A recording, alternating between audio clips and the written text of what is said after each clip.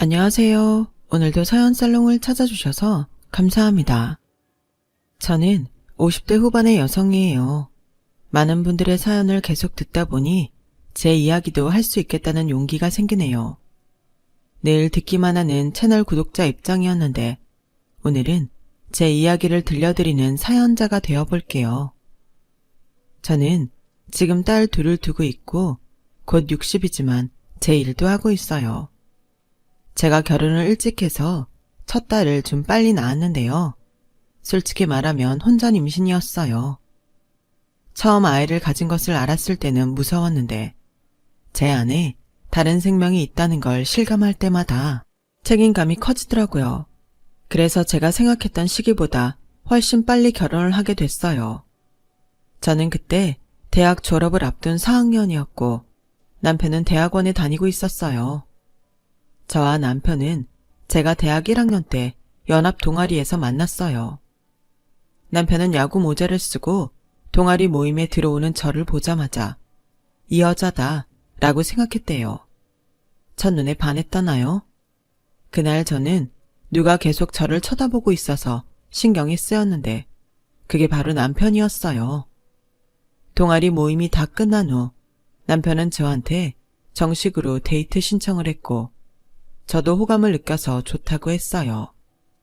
그 이후 남편이 군대 갔다 오는 것까지 기다려서 쭉 사귀었죠. 남편 집은 소위 말하는 부동산 부자였어요. 시어머니는 돌아가신 보석상을 했던 시아버지한테서 건물들과 보석을 물려받아 말 그대로 떵떵거리며 살았어요. 남편과 제가 결혼하기로 마음을 정하고 처음 시댁에 인사를 하러 갔을 때였어요. 그래도 니네 친정이 먹고 살만하대서 결혼하라고 한 거지. 안 그랬으면 나는 애 지우라고 했을 거다. 여자가 얼마나 제 앞가림을 못하면 혼전 임신을 하니? 내가 받아준 게 고맙고 네가 부끄러운 줄 알면 우리 현우 먹고 사는 건 앞으로 니네 친정이 챙겨야 된다. 우리 집에서 뭐 받아다가 살림할 생각은 아예 하지도 마라. 저는 그 말에 완전히 주눅이 들어서 시어머니 눈도 제대로 쳐다보지 못했어요. 그 시대에는 혼전 임신을 했다고 하면 시어머니 말처럼 여자를 탓하고 뒤에서 수군거리기 일쑤였어요. 저도 제가 마냥 죄인 같기만 했고 사람들 눈치만 보고 그랬죠. 친정에서도 누가 알까봐 다들 쉬쉬했어요. 아버지가 대기업에 다니셔서 회사에 소문이 날까봐 더 그랬던 것 같아요. 하지만 정작 저한테는 격려를 해주셨어요. 경환이가 낳겠다는데 누가 뭐라고 하겠니? 네 결정인데. 그래도 너를 찾아온 생명을 끝까지 거두겠다고 한 게 기특하다. 지금은 힘들어도 나중에는 시댁에서도 손주 예뻐서 아무 말 안 할 거야. 조금만 참고 견뎌봐. 고마워 엄마. 엄마 아빠가 내 편이 돼줘서 얼마나 든든한지 몰라. 엄마 아빠 생각해서라도 열심히 살게. 그렇게 결혼 준비를 시작했는데 시어머니는 정말 많은 걸 우리한테 요구했어요. 한복집이 마음에 안 든다고 바꾼 것도 4번은 됐을 거예요. 시어머니가 원하는 밍크코트는 아예 우리나라에서 팔지도 않는데 너무 고집을 해서 결국 미국에서 들어오는 사람한테 부탁해야 했어요.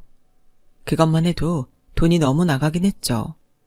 결혼도 안 하고 아이를 가졌다는 이유 하나만으로 저와 친정은 모든 것을 꾹 참고 받아들여야 했어요. 결혼식 당일날도 저는 몸도 아프고 입덧도 완전히 끝나지 않아서 물도 제대로 못 넘겨 엄청 힘이 들었어요.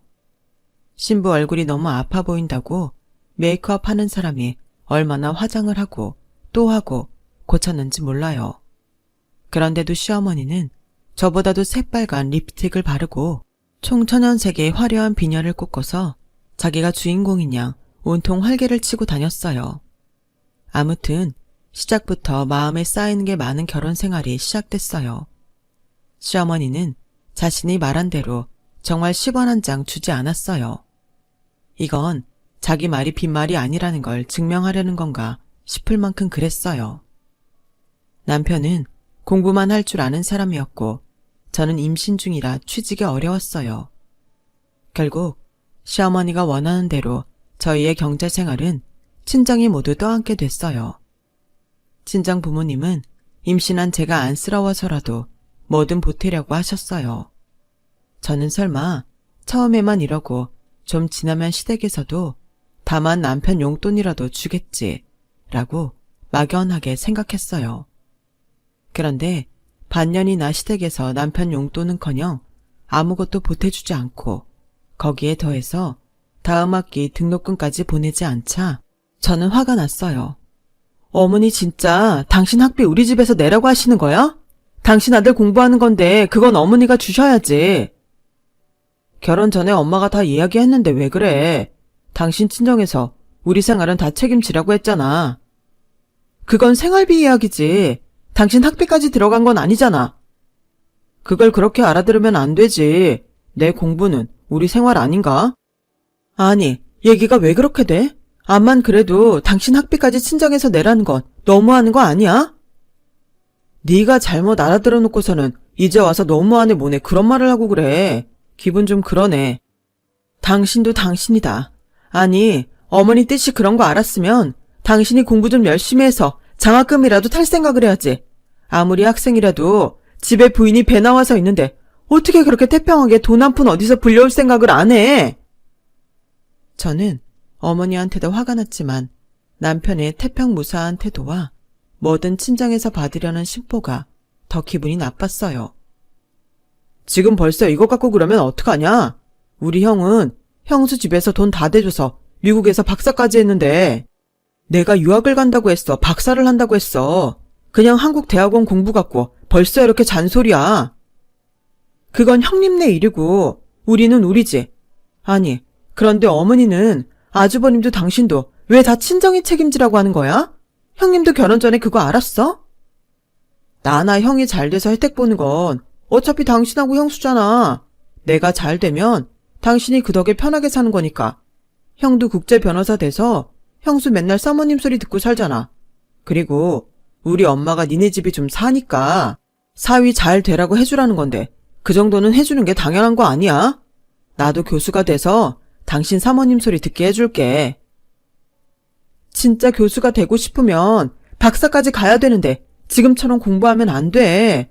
그것도 다 돈으로 되는 거 아니니까 공부 좀 해. 라고 정말 말도 안 되는 소리라고 생각하면서 한마디 했어요. 그런데 시어머니랑 남편이 너무 당당하니까 그게 맞는 것 같더라고요. 아이가 먼저 생겨서 한 결혼이니 다른 말 나올까봐 더 신경 쓰이기도 했고 기왕 결혼한 거 모든 걸 좋게 생각하자 싶은 마음도 있었어요. 딸 가진 죄인이라는 말이 괜히 있겠니?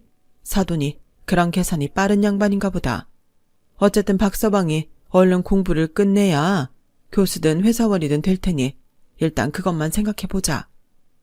라는 친정엄마 말씀에 저는 너무 속이 상했어요. 그래서 남편이 직업만 생기면 그동안 친정에서 해준 만큼 갚아드려야겠다고 단단히 벼르고 있었어요. 노후 통장도 하나 마련해드려야겠다고 생각했고요. 남편은 생활비에 자기 용돈에 학비까지 보내주는 친정에 고맙다는 말 한 번을 하지 않더군요. 시어머니는 그건 당연한 거고 시댁 잔치나 제삿날에 친정에서 과일이나 음식을 보내지 않으면 대놓고 뭐라고 했어요. 자기 엄마가 친정이 모든 걸 내놓는 게 당연하다고 생각하니 남편이 고맙게 생각할 리가 없었죠. 시어머니는 시댁에 갈 때마다 남편을 앉혀놓고서 니네 내 땅이라도 받고 싶으면 지금부터 잘해. 너 공부한다고 집에 오는 거 뺀질거리지 말란 말이야. 어차피 내가 가진 거 나 죽으면 다 니들 거 되니까. 나 살아서는 니네가 가져갈 생각은 하면 안 돼. 라며 나보고 들으라는 듯 늘 큰 소리로 말했어요. 제가 친정 돈으로 모든 생활을 하는 게 불만인 걸 알고서 아예 제 입을 막으려고 그러는 것 같았어요. 그런 가운데 시간은 흘렀고 어느덧 산딸이 돼서 저는 예쁜 딸을 낳았어요. 친정에서는 다들 축하한다며 꽃다발에 과일 바구니에 산모한테 좋다는 온갖 것을 다 보내주시고 아이 선물까지 해줬지만 시어머니는 콧배기도 비치지 않았어요. 안사도는 바쁘신 거냐? 아니면 어디가 편찮으신 거야? 자기 친손녀가 태어났다는데 어떻게 축하한다는 말 한마디가 없어? 라며 친정엄마가 남편한테 한 소리 할 정도였죠. 그때까지는 엄마나 아빠는 시댁에 대해 남편한테 단 한 번도 싫은 소리를 하신 적이 없으셨어요. 남편도 이번에는 자기가 생각해도 좀 너무했는지 병원에 있는 전화로 시어머니한테 뭐라고 하는 것 같았어요. 그랬더니 시어머니가 다음날 마지못해 병원에 오셨더라고요. 자기 심기 불편하다고 얼굴에 아주 써붙인 것 같은 표정이었어요. 우리 집은 아들 아니면 손주로 쳐주지도 않아. 네가 우리 대 이어줄 남자애도 아니고 그까지 기집애 낳았는데 내가 꼭 와서 너를 봐야 되니? 라며 기야말 말만 쏟아놓고 그냥 가버리더군요. 빈말이라도 축하한다고 하지도 않았고 말 그대로 빈손으로 왔다 갔어요. 마침 엄마가 자리를 비웠으니 망정이지 안 그랬으면 시어머니랑 한바탕 싸움이 났든지 엄마가 열받아서 기절하셨을 거예요. 저는 아직 아프고 힘들 때라 화도 내보지 못했어요. 딸이 태어난 후에도 저희 생활을 돌보는 건 온전히 친정 책임이었어요. 아이가 태어나 1년이 돼서 돌잔치를 할 때도 친정에서 전부 해주셨어요. 시어머니는 아이 앞으로 금반지를 그것도 14K 하나를 남편 통해서 달랑 보내고는 축하한다는 말 한마디도 없었어요. 친정 부모님은 아예 포기하시고 남편이 내미는 돌반지도 제대로 확인 안 하시고 아이 앞에 놓으셨어요. 저는 돌잔치를 하고 나서 뭐라도 일을 해봐야겠다고 마음먹었어요. 더는 친정에 미안해서 가만히 있을 수 없었죠. 제 전공이 첼로여서 저는 대학에 나가는 친구들 도움으로 조그마한 스튜디오를 얻어 입시 시험을 보는 학생들을 가르치게 됐어요. 제가 아침 일찍부터 레슨을 하는 날도 많아서 남편은 제가 나갈 때에 맞춰 같이 아침을 먹고 아이를 챙겼어요. 남편도 학교에서 수업이 있는 날에는 친정 엄마가 오셔서 아이를 돌봐주셨고, 그렇지 않은 때에는 남편이 아이를 보다가 제가 집에 오면 남편이 도서관에 가서 공부를 했어요. 그렇게 나름 생활이 돌아가고 있었는데 어느 날 아침 대바람부터 시어머니가 전화를 해서 당장 오라고 하는 거였어요.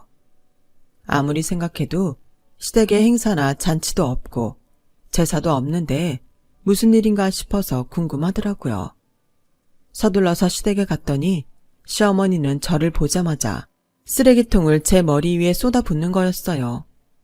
야, 내 아들이 니네 집 도움이야? 네가 감히 밖으로 나돌면서 내 아들한테 애를 키우게 만들어? 왜? 니네 친정에서 이제 돈 못 주겠다고 그러디? 어머니, 그런 거 아니에요. 친정에서 돈 주시는데 제가 받기만 하는 게 죄송해서 일을 시작한 거예요. 그리고 세영이 제 자식인 것만은 아니잖아요. 그 사람 세영이 아빠예요. 아빠가 자식 돌보는데 왜 그런 말씀을 하세요? 저는 어떻게든 시어머니를 설득하려고 애를 썼어요. 나는 일한답시고 지 남편한테 밥 챙겨 먹게 하고 애 보게 만드는 거 딱 칠색이다. 내가 결혼 전에 말했지? 니네 친정 먹고 살만 하니까 결혼 허락하는 거라고. 여자가 뭐 좀 해보겠다고 나대면 남편 꼴 우스워지고 집안 기강 흐트러지는 거 한순간이야. 돈이 없으면 콩나물 사다가 밥 비벼 먹어. 그게 싫으면 친정에 돈 달라고 하고 앞으로 절대 나돌지 마. 나한테서 재산 개미 눈물만큼이라도 얻고 싶으면 시키는 대로 해. 저는 너무 충격을 받아서 몸에 붙은 쓰레기를 대충 털어내고 얼이 빠져서 집으로 돌아왔어요. 딸아이는 혼자 방에서 목이 터져라 울고 남편은 집에 없더라고요. 아이를 안아서 달래고 있었더니 남편이 비닐봉투에 맥주를 잔뜩 싸가지고 들어오더라고요. 당신은 어딜 갔다 있제 와. 애는 울었었는데 장모님도 전화 안 받고. 아주 미치는 줄 알았네. 걔는 왜 뻑하면 우는지 모르겠다. 아, 스트레스 받아. 나 지금부터 축구 볼 거야. 말 걸지 마. 저는 태평하게 TV를 켜는 남편을 거실에 놔두고 아이와 방에 들어가서 펑펑 울었어요. 너무 서럽고 당황스럽고 수치스러웠어요. 내가 왜 빨리 아이를 가져서 이런 수모를 당하나 그런 마음도 있었죠. 미안하다 세영아. 세영이 탓이 아닌데 엄마가 너무 속상하니까 별 생각을 다 하네. 저는 그렇게 혼잣말을 하며 아이를 다시 재웠어요. 결국 저는 첼로 스튜디오를 다른 사람한테 넘기고 다시 집에서 아이만 키우게 됐어요. 엄마는 제 사정을 눈치채시고 스튜디오 잘 관뒀다고 먼저 말을 꺼내셨어요. 아직 엄마 아빠 능력 있잖아. 걱정하지 말고 아이 좀 클 때까지는 그냥 우리한테 맡겨. 아빠도 뭐라고 안 하실 테니까 걱정하지 마. 엄마, 진짜 너무 미안해. 그 사람 공부만 끝내면 다시 레슨 시작할게. 하지만 그 말이 지켜지기까지는 4년 반이 더 걸렸어요. 남편은 그제야 박사학위를 받고 그 해부터 대학 강의를 나가면서 연구소에서 일하게 됐어요. 이제야 저는 친정의 자식 노릇을 하게 됐다고 기뻐했어요. 축하 안 해 박서방. 그동안 공부한다고 고생하더니 이렇게 좋은 날이 오네. 감사합니다 장모님, 장인어른. 이렇게 좋은 데서 식사 자리 마련해 주셔서 감사합니다. 라며 남편도 저희 부모님한테 고맙다는 말을 했어요. 빈말일지 몰라도 그게 어찌나 좋던지 모르겠더라고요. 사실 친정아버지는 퇴직을 고민하고 계시던 시기였는데 좋은 날 그런 말 안 하신다고 두 분 다 내색도 안 하셨어요. 그리고 다음날 시댁에 갔더니 자리에 앉기도 전에 시어머니가 니네 친정은 좀 너무한다. 현우 취직했는데 입 싹 씻는 거니? 앞으로 사위덕은 다 볼 거면서? 그게 무슨 말씀이세요? 어제 호텔에서 같이 식사도 했고 이 사람 비싼 양복도 맞춰주셨는데요. 우리 현우가 어디서 밥도 못 얻어먹고 다녀서 밥을 사주니? 입을 옷이 없을까봐 그래. 출근할 때 부끄럽지는 않을 외제차하고 그럴듯한 시계는 해줘야 되는 거 아니니? 어머니, 그동안 친정에서 저희 때문에 쓴 돈이 얼만데 그러세요. 어머니 말씀대로면 이 사람 지금도 외제차 타고 시계도 좋은 게 몇 개인데요. 현우가 니네 애비처럼 일반 직장에 다니는 것도 아니고 공학연구소야. 자그마치 공학연구소. 학교에서 애들도 가르치고 그리고 나한테 물려받을 재산이 얼만데 그걸 아까워해. 앞으로 니네가 받을 게 더 많은데 그걸 썼다고 생색내는 거냐? 네 윗동선에는 아무 소리 안 하고 모자라다고 하면 모자란 거 채우는데 너는 내가 무슨 말끝마다 그렇게 시끄러운지 모르겠다. 저는 딸을 안은 손이 부들부들 떨릴 정도로 화가 났어요. 남편은 저랑 어머니의 대화가 안 들리는 건지 못 들은 척 하는 건지 앉아서 TV만 보며 과자를 먹더라고요. 정말이지 그 과자 봉투를 머리에 확 뒤집어 씌우고 싶은 심정이었어요. 남편이 취직을 해도 이러면 평생 친정돈으로 먹고 살라는 건가? 답답하고 힘들어졌어요. 친정 부모님은 외제차는 못 뽑아줘도 국산차는 좋은 걸로 뽑아준다며 그 사람 출근 전날 차를 보냈더라고요. 아버지는 그 다음날 퇴직을 하기로 결정하셨어요. 그런데 남편이 출근을 시작하고 한 달이 되도록 친정 부모님이 사준 차를 안 타더라고요. 처음에는 아끼는 건가 싶었는데 차에 덮개도 제대로 안 씌우고 누가 긁고 지나가도 신경을 안 쓰는 걸 보고 뭔가 이상하다 싶었어요. 당신 왜 우리 아버지가 사준 차 안 타? 나 국산차 많이 안 몰아봐서 낯설어. 그리고 괜히 주변에서 날 어떻게 볼지 신경 쓰이고 그러네. 그래서 좀 낡았어도 전에 타던 외제차 타는 게 나을 것 같아서 모양 빠지는 거 별로잖아. 아무리 그래도 당신 생각해서 사주신 건데 관리라도 잘해. 그리고 연구소 다니는 사람들이 뭘 그렇게 차에 신경 쓴다고 그래? 아무튼 내가 불편하다니까. 지네 부모가 사준 거 안 쓴다고 되게 뭐라 그러네. 어디서 색깔도 촌스러운 거 뽑아갖고 와서 사람 짜증나게.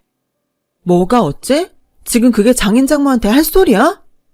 사실이잖아. 내가 틀린 말 한 것도 아닌데 그렇게 신경 쓰이면 당신이 관리해. 집에서 하는 것도 없으면서. 그 바람에 남편하고 대판 싸웠어요. 제가 집에서 하는 게 없다뇨.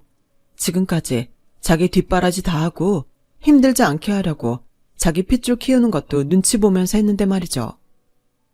내가 이 집에 얹혀 사니? 우리 친정돈 가지고 지금까지 먹고 살았으면서 어떻게 그렇게 뻔뻔할 수가 있어.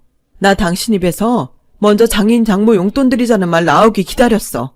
그런데 여태까지 그런 말도 한마디 없고 적반하장으로 차가 촌스러워서 못 타? 진짜 웃기고 있네. 와, 진짜 남 안 하는 내조라도 했나? 더럽게 유세 떠네. 형수님이 진짜 교양도 있고 진국이었네. 내가 아주 똥 밟았어. 라더니 그 길로 집을 나가버리더라고요. 전화도 안 받고 다음날 퇴근 후에도 집에 오지도 않았고요. 저도 처음에는 그 사람 연구소로 연락도 해보고 전화도 기다렸지만 그럴 필요가 없겠다 싶어 가만히 있었어요. 그랬더니 며칠 후에 시어머니가 집으로 오셨어요. 야, 너 여기 당장 도장 찍어. 이혼해. 막말로 네가 우리 집에 와서 뭐 한 게 있어? 아들을 낳기로 했어. 현우 유학을 보내서 근사한 학력을 만들어줬어.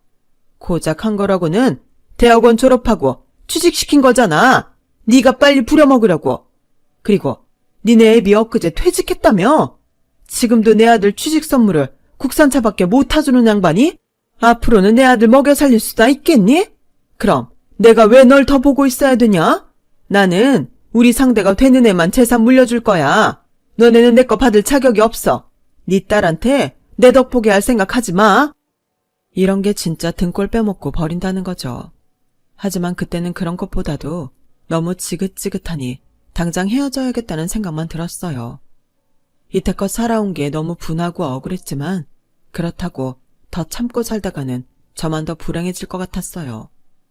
솔직한 심정으로 말하자면 저도 시어머니 돌아가시고서 재산 물려받으면 이렇게 고생한 거 보상이 될 거라고 생각한 적도 있었어요. 하지만 그동안 남편과 시어머니를 보면서 사람이 돈만 있다고 다 행복한 것도 아니고 그게 더 괜찮은 인간도 아니라는 거 너무 똑똑히 보고 배웠고 제 딸은 그렇게 크지 않길 바랐어요. 저는 이혼 도장을 찍으면서 소송을 해서 남편한테 위자료를 받아야겠다는 생각은 하지 못했어요. 그때만 해도 이혼은 여자한테 더 불리했고 여자가 더 남들한테 눈총받기 일쑤였거든요. 또 저는 혼전 임신을 했다는 게 계속 딱지처럼 붙어 다녔어요. 미국에 있는 아주버님 가족 딱 한 번 만났는데 그때 형님도 은근히 제 혼전 임신한 걸 빈정거리셨거든요. 그런 것들이 더 저로 하여금 떳떳하게 소송할 수 있는 것도 못하게 했던 것 같아요. 저는 저희 친정이 남편을 빨리 취직시켜서 그 덕이나 보려고 한다는 시어머니의 말도 안 되는 소리를 들으며 짐도 제대로 못 챙겨서 나왔어요. 나가기 전 남편한테 전화를 했지만 바쁘다는 이유로 통화를 거절하더군요.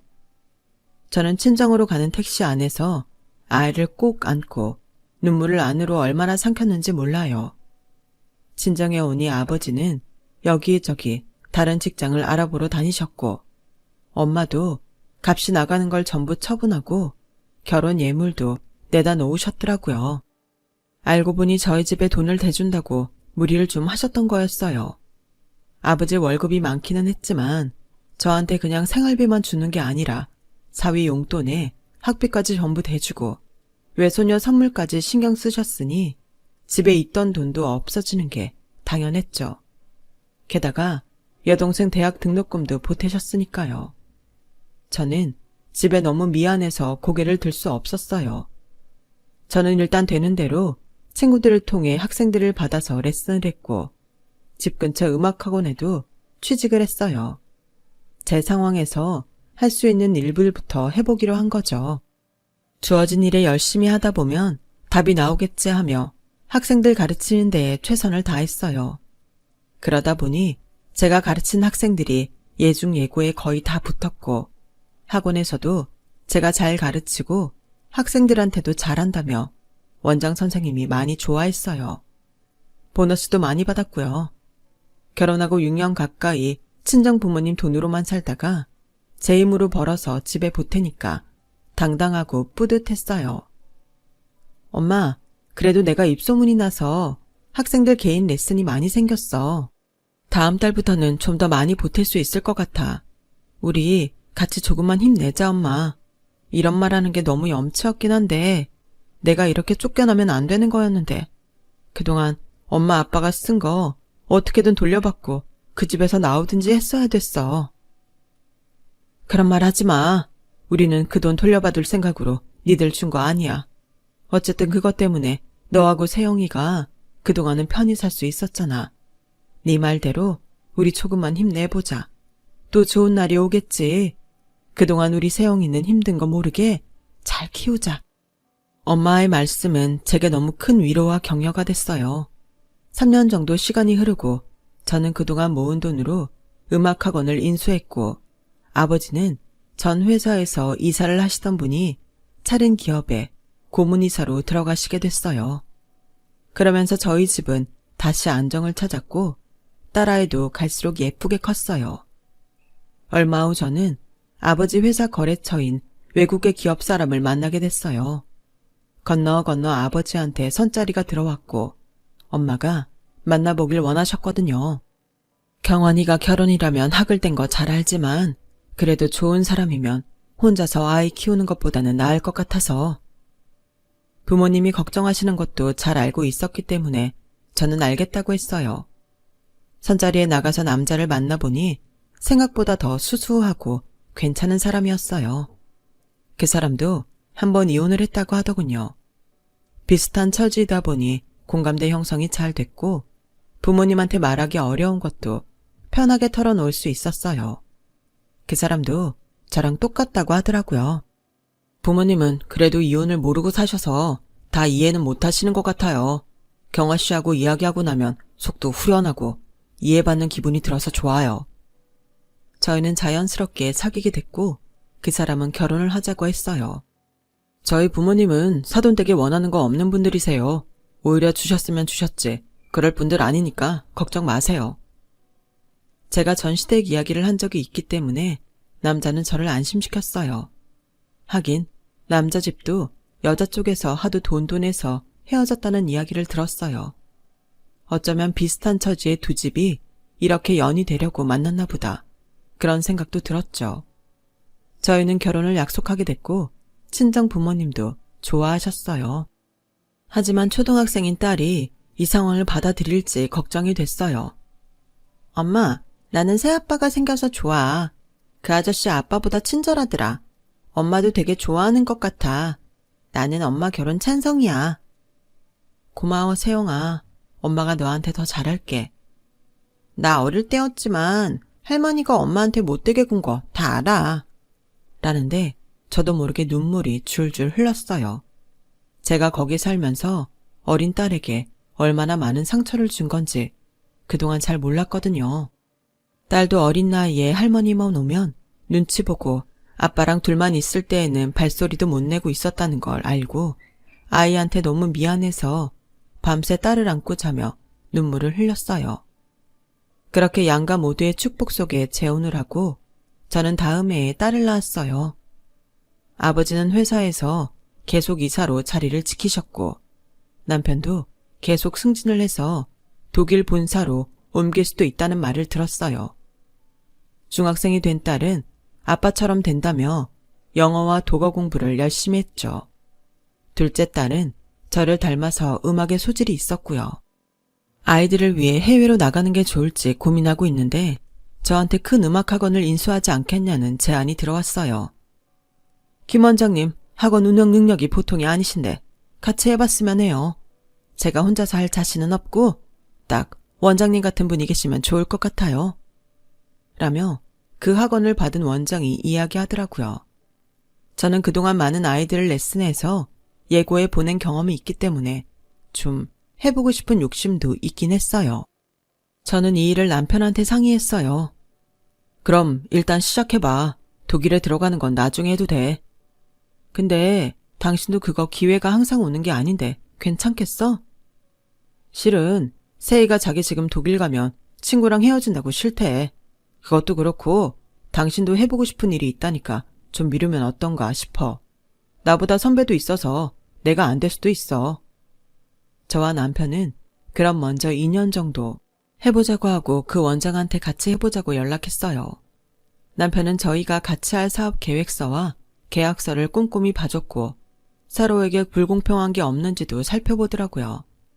그렇게 해서 저희는 서로 불만이 없이 계약서를 작성했고 학원을 인수하기 위해서 계약서를 쓰러 부동산으로 갔어요.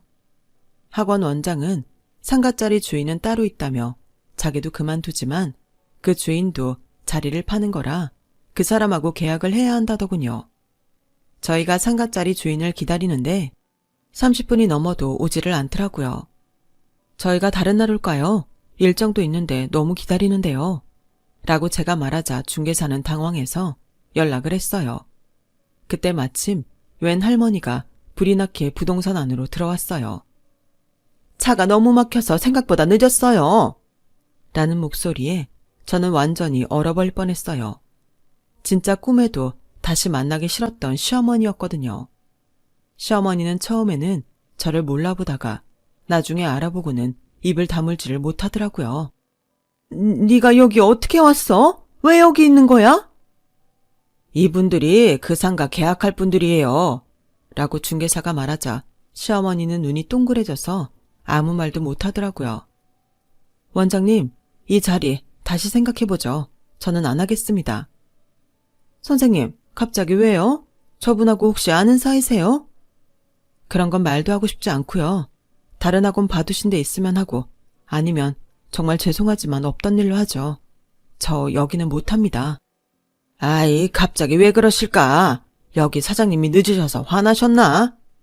라며 중개사가 저를 붙잡으려고 했지만 저는 다 뿌리치고 나와버렸어요. 물론 그 상가를 사고팔고 하면 끝나는 거고 다시 시어머니와 볼 일도 없겠지만 그래도 엮이는 게 너무 싫었거든요. 그런데 얼마 후 시어머니한테서 전화가 왔어요. 세영이 얼마나 컸는지 궁금하구나. 세영이랑 좀 만나야겠다. 갑자기 왜 이제 와서 그러시는데요? 어머니가 세영이 딸이라고 어떻게 하셨는데요? 그때야 그때고 지금은 세월이 지나니 궁금해지는구나. 내 핏줄인데 안 보고 싶을 리가 있니? 그렇게 말하니 저도 할 말이 없더라고요. 저는 딸한테 친할머니가 보고 싶어 한다는 말을 했어요. 그래? 갑자기? 그럼 만나보지 뭐. 라고 대수롭지 않게 말하는데 저는 걱정이 돼서 잠을 설쳤어요. 그래도 나한테 못된 말을 한 것처럼 딸한테는 안 그러겠지 했지만 시어머니가 딸이라고 무시했던 걸 생각하면 겁이 났거든요. 저는 딸이 상처받지 않기를 바랐기 때문에 결국 만나지 말라고 말렸어요.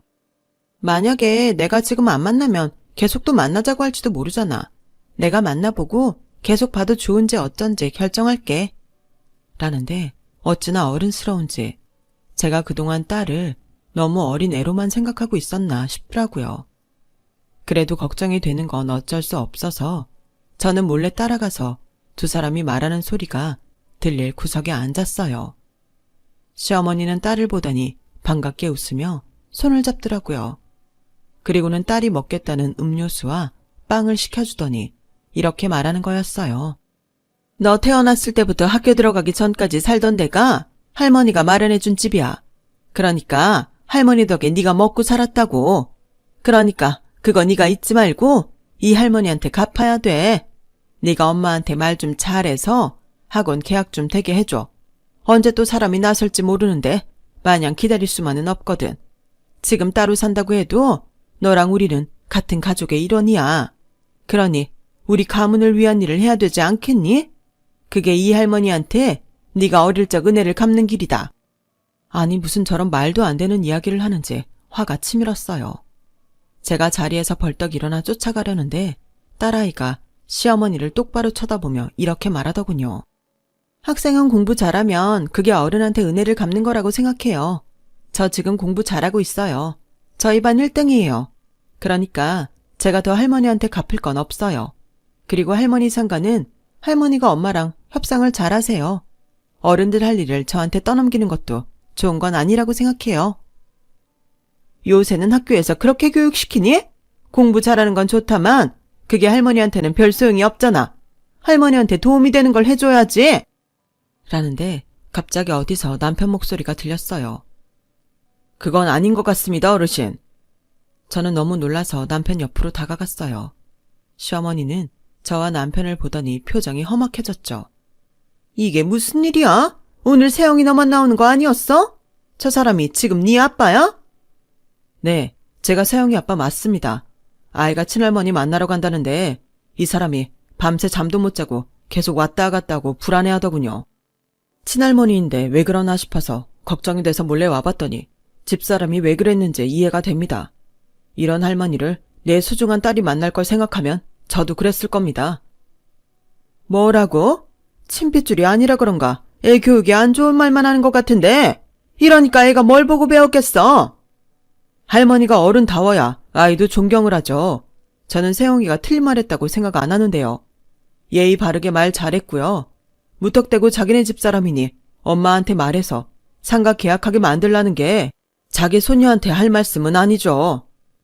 뭐가 어째? 내가 그럼 틀린 말 했어. 내가 마련해준 집 아니었으면 지가 어디서 편히 자고 먹고 살았겠어?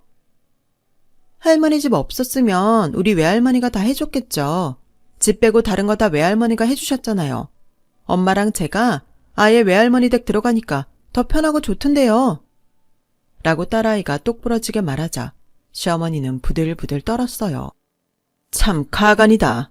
너 남의 집 손녀를 이렇게밖에 못 키웠어? 그리고 집핏줄은 할머니 만나러 나오는데 몰래 쫓아오기까지 해? 집안 꼬라지가 이러니 애도 어른한테 말대답이나 하고 말이야.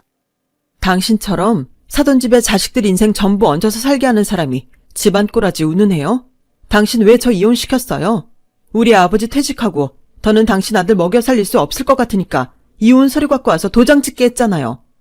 그래놓고 이제 와서 당신 상가를 사라고? 이러니 내가 당신 상가를 사고 싶겠어? 이렇게 엮이는 것도 짜증나는데 내가 진짜 당신 같은 양심 없는 사람한테 휘둘려서 우리 엄마 아빠가 당신 아들 대학원 학비까지 다 냈던 거 생각하면 지금도 자다가도 피가 거꾸로 솟아올라. 양육비 한번 보낸 적도 없고 여태까지 보자고 한 적도 없으면서 지상가 팔아야 되니까 애를 만나고 싶다고 해? 인생 그렇게 살지 말아요. 제가 피를 토하는 심정으로 반박을 하자 카페 안에 있던 사람들은 전부 수근거리며 시어머니 흉을 봤어요. 시어머니는 창피해서 먼저 나갔고 저와 남편도 딸을 데리고 나왔죠. 그랬더니 밖에서 기다리고 있다가 저희 앞에 나타나더라고요. 그럼 내가 직접 말할게. 그 상가 네가 좀 샀으면 좋겠다. 시세보다 좀 덜 주고 살 수 있겠니? 제가 너무 열이 받아 막 뭐라고 하려는데 남편이 나섰어요. 어르신 그만하시죠. 이 사람이 싫다는데 다른 좋은 분 알아보세요. 당신한테 하는 이야기 아니니까 좀 빠져. 라며 남편한테 괜히 화를 내더라고요. 할머니, 우리 아빠한테 그러지 마세요. 할머니는 저 딸이라고 손주 취급도 안 하고 아빠도 저 보살피는 거 맨날 귀찮아했잖아요. 아빠는 저한테 한 번도 그러신 적 없어요. 그러니까 저는 할머니 집 사람이 아니고 여기 엄마 아빠 가족이에요. 앞으로 저도 안 만났으면 좋겠고 엄마도 괴롭히지 말았으면 좋겠어요. 라고 하자 시어머니는 어쩔 줄 몰라 부들부들 떨더니 제 손을 꽉 잡았어요. 예, 그러지 말고 우리 나서는 사람 있을 때 그거 팔아야 돼. 좀 사면 안 되겠니? 네, 싫어요. 저 그게 뭐가 됐든 더는 당신 집안하고 엮이고 싶지 않아요. 당신한테 도움되는 일 하기도 싫고요. 저를 욕하려면 하세요. 그제야 시어머니는 제 손을 놓고 넋이 나간 사람처럼 돼서 가버렸어요. 알고 보니 큰 며느리가 더는 이렇게 못 산다고 이혼하겠다고 해서 시어머니가 어쩔 수 없이 재산을 나눠줬다고 하더군요. 그리고 전 남편이 재혼을 했는데 그 여자 집에서 자기네가 남편 필요한 거 다 해줄 테니 같이 골프장 투자를 하자고 해서 전부 들어먹고 도망갔다는 거였어요. 시어머니는 큰며느리한테 도움받으려고 했지만 오랜 시간 한 맺힌 큰며느리는 연락을 끊고 어디론가 이사를 가버렸고 큰아들하고도 연락이 되지 않는다더라고요.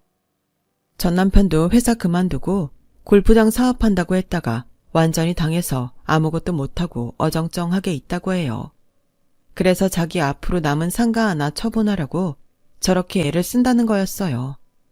상가야 시간이 걸려도 또 사겠다는 사람이 나오겠지만 부동산 경기 때문에 지금은 어려운가 보더군요. 당장에 먹고 사는 게 막막해질 정도라니 정말 사람은 자기가 한 대로 다 돌려받는다는 걸 실감했죠. 그 후 한참을 소식도 모르고 살다가 시어머니랑 전 남편은 지방 어디로 내려가서 힘들게 산다는 이야기를 들었어요. 큰아들 집하고는 여전히 연락이 안 된다더군요. 그 이야기를 마지막으로 그 집 소식은 듣지 못했어요. 저는 그 원장과 같이 사업하기로 한 걸 접고 몇 년간 아이들과 함께 남편 본사가 있는 독일에 있다가 들어왔어요. 지금은 아이들도 다 커서 각자 자기 할 일 잘하고 있고 저도 남편과 잘 지내고 있답니다. 제 이야기는 여기까지예요. 끝까지 들어주신 분들 모두 행복하시고요. 다들 건강하셨으면 좋겠어요. 좋은 하루 되세요. 감사합니다. 여러분, 사연 댓글에 응원과 현명한 조언 부탁드려요. 좋아요와 구독은 저에게 큰 힘이 됩니다. 오늘도 좋은 일 가득하세요.